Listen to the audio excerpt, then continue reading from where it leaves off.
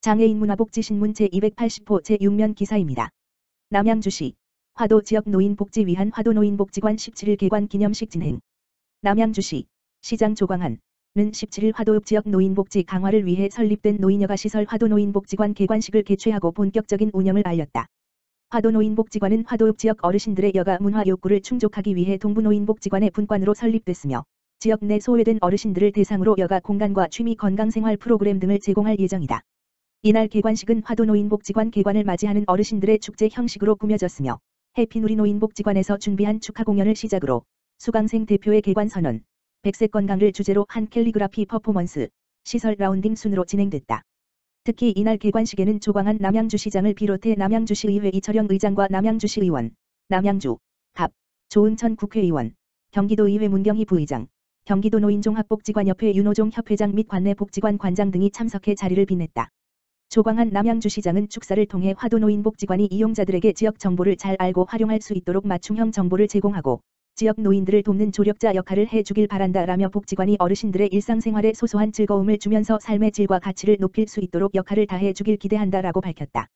한편 화도노인복지관은 활기찬 노후를 위한 우리 동네 배움터와 노인 전문자원봉사단, 노인의 기초적인 건강 유지와 정서적 안정을 위해 균형 잡힌 영양식단을 제공하는 나눔식당, 삶의 질 향상을 위한 우리 동네 상담소 등을 운영할 계획이다. 남양주보건소 치매안심센터, 지역 농가와 업무 협약 통해 우리 함께 동행농림 제휴 프로그램 운영.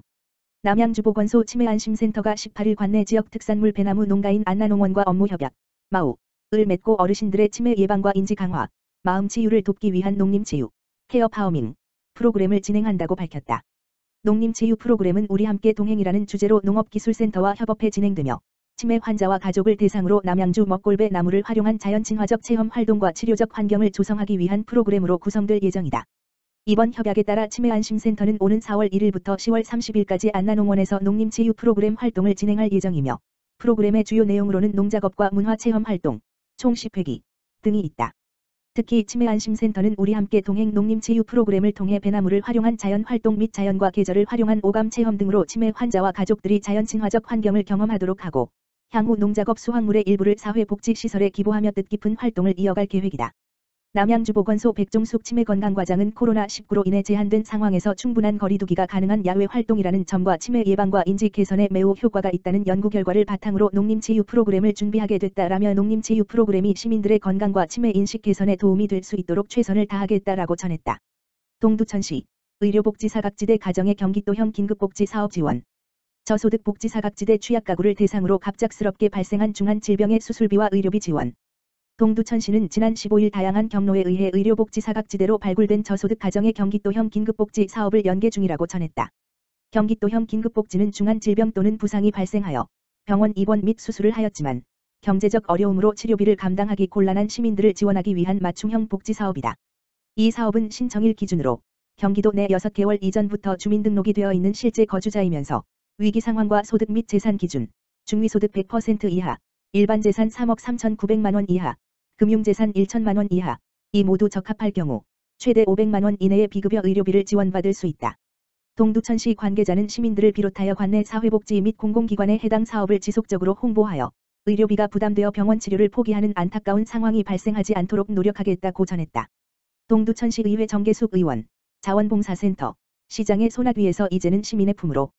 동두천시 의회 정계숙 의원, 국민의힘, 가선거구, 은 19일 제302회 동두천시 의회 임시회 제1차 본회의 5분 자유발언을 통해 동두천시 자원봉사센터가 법령을 위반하며 잘못 운영되고 있음을 지적하며 이제는 자원봉사센터를 시민의 품으로 돌려줄 때라고 주장했다.